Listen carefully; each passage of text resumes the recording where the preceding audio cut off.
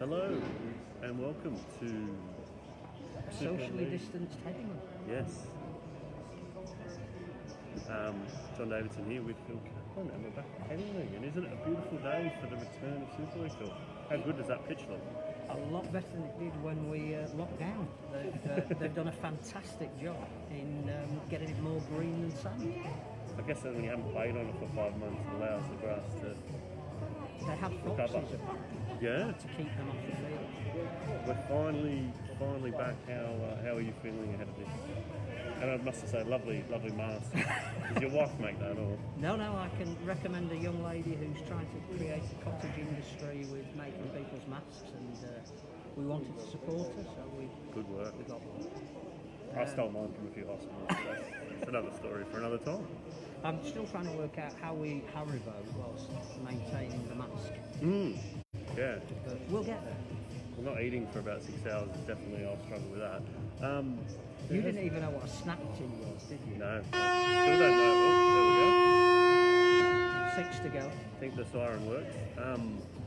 Turn the volume up. Don't really know how to do that, but I'm not even sure it's the volume. It might be the face covering. Yeah, we're trying to do what we're told and not get kicked out before kick-off by keeping our masks up. The team feature. Here we go, Phil. Have we got any team news that you can relate to the viewers? We are going We've to. got 37 viewers. Up. Really? Which is outstanding. Yeah, we have. Even without sound? Yeah. Best you've ever looked. Thank you, Phil. It is the best I've ever looked. Yeah.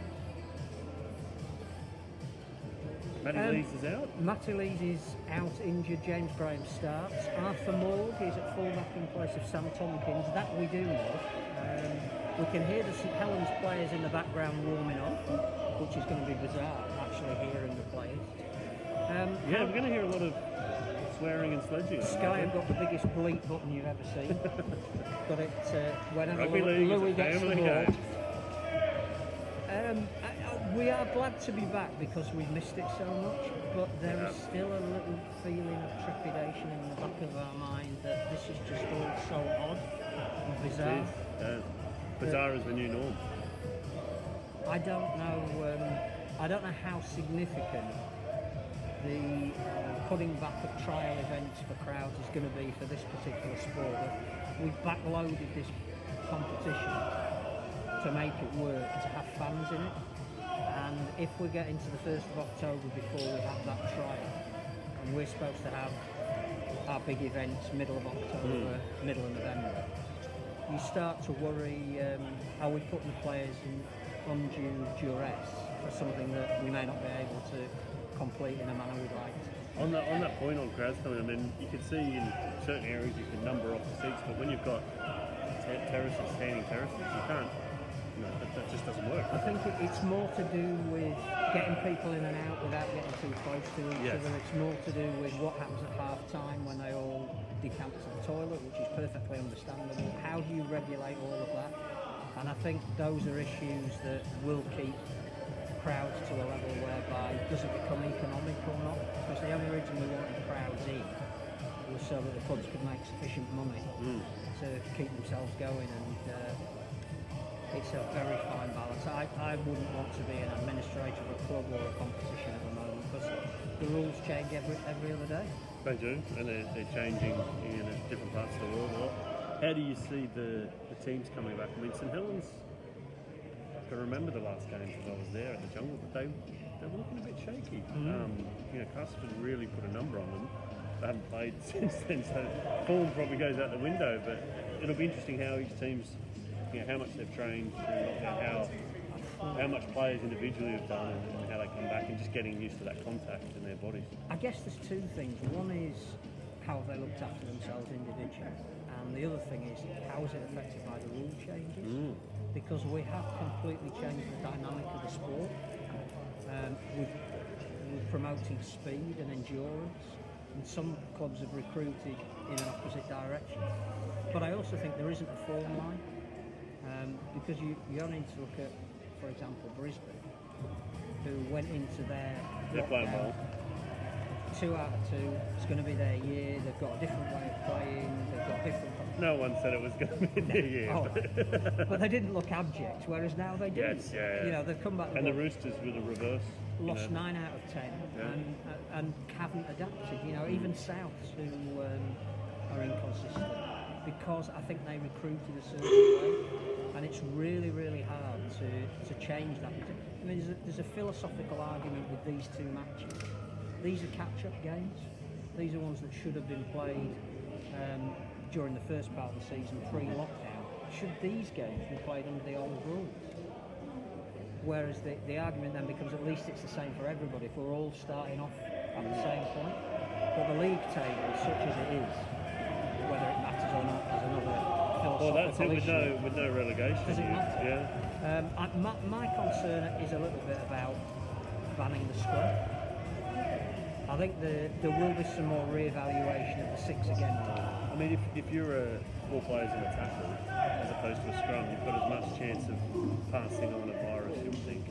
I think we're a physical contact sport. Yes. So, per se, Not touch. they're tested for whether they've got the virus. Whether they then go into a scrum is not going to make them any more susceptible to having a virus. You wouldn't think. But I just think it changes the dynamic of the game.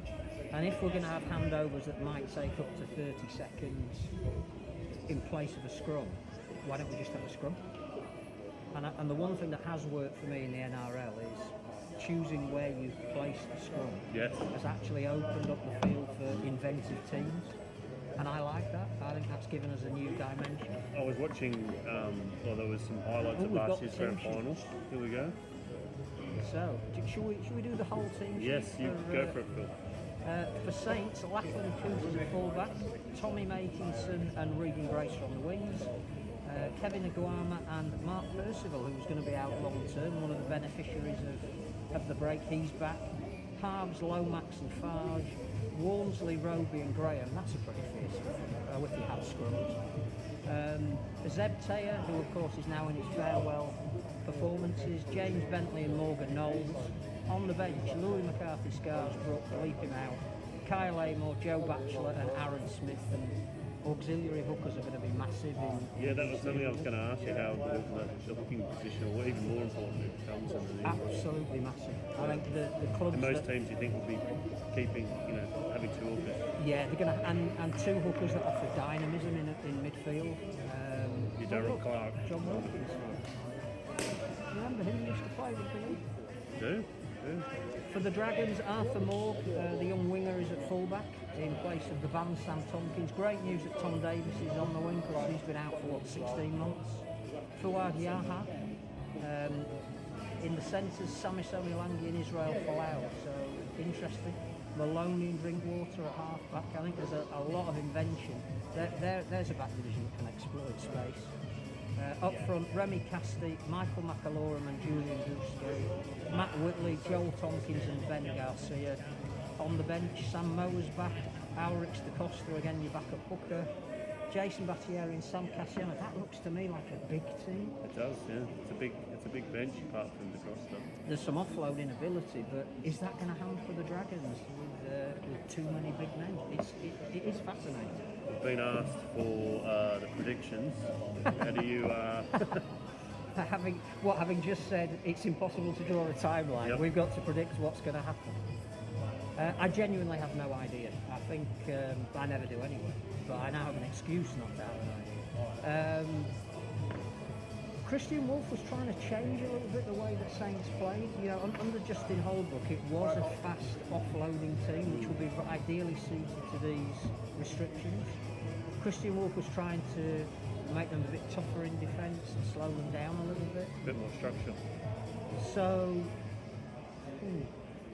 I still fancy Saints. I like the. I think Roby fit and Smith coming off the bench offers them probably a lot. James Graham, only player who will have played under the new rules. So even though he wasn't in great form when he came over, he understands exactly what we're going to be playing. Saints a chance to restart a season that started a bit disappointingly.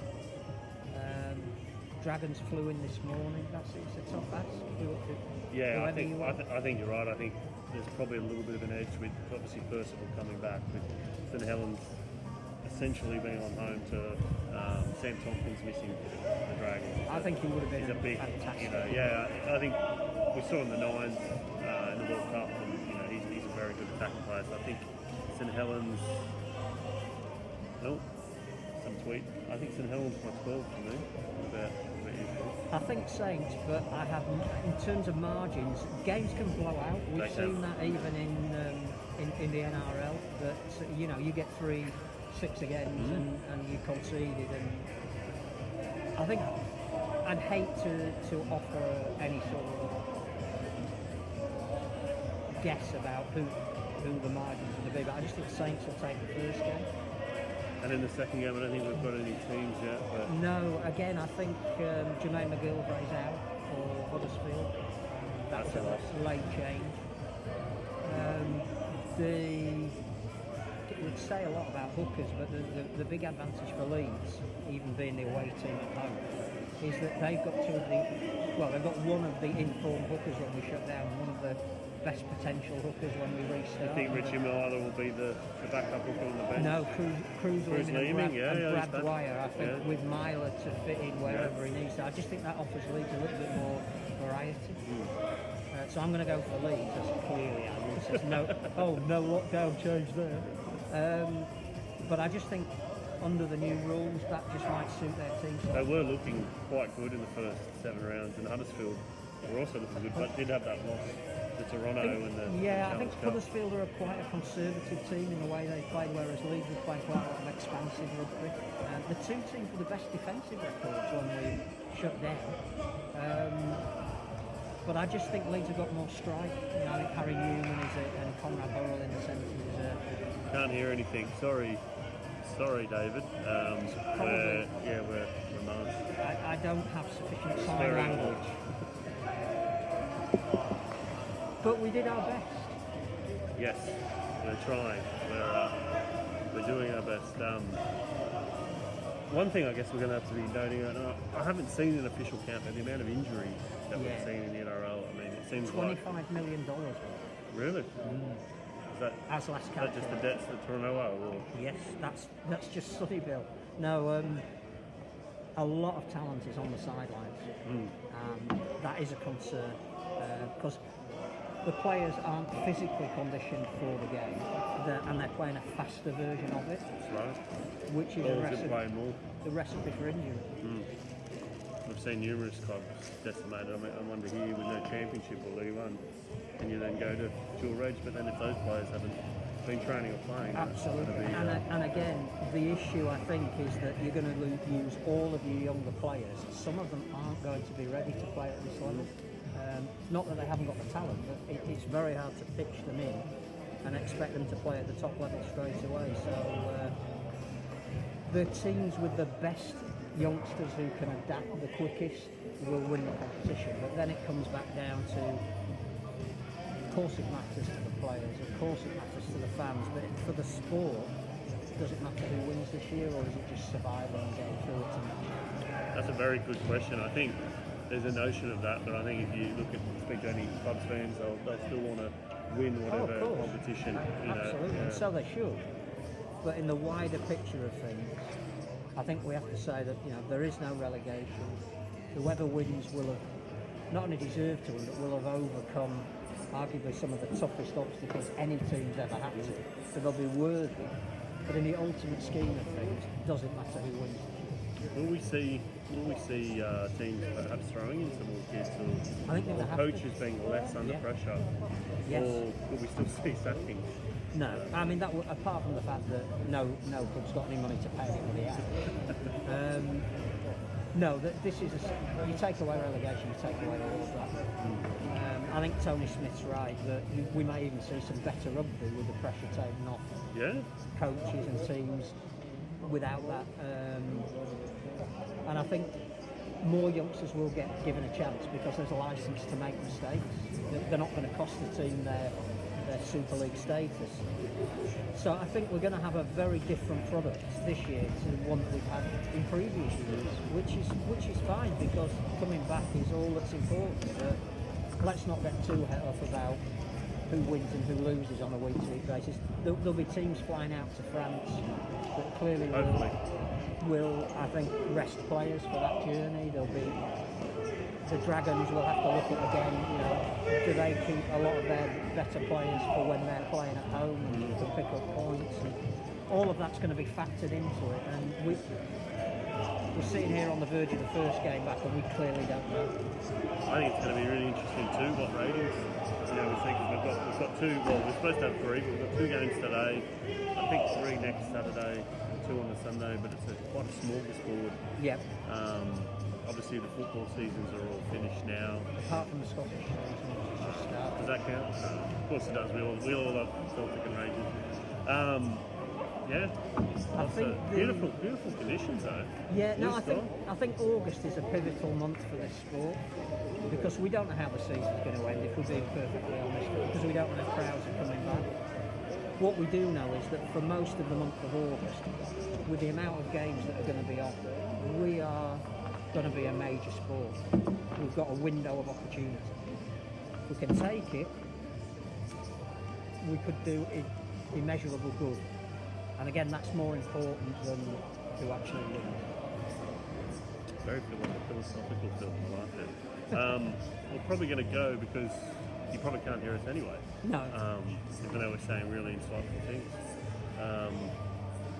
Thanks for tuning in. We did our best. Yes.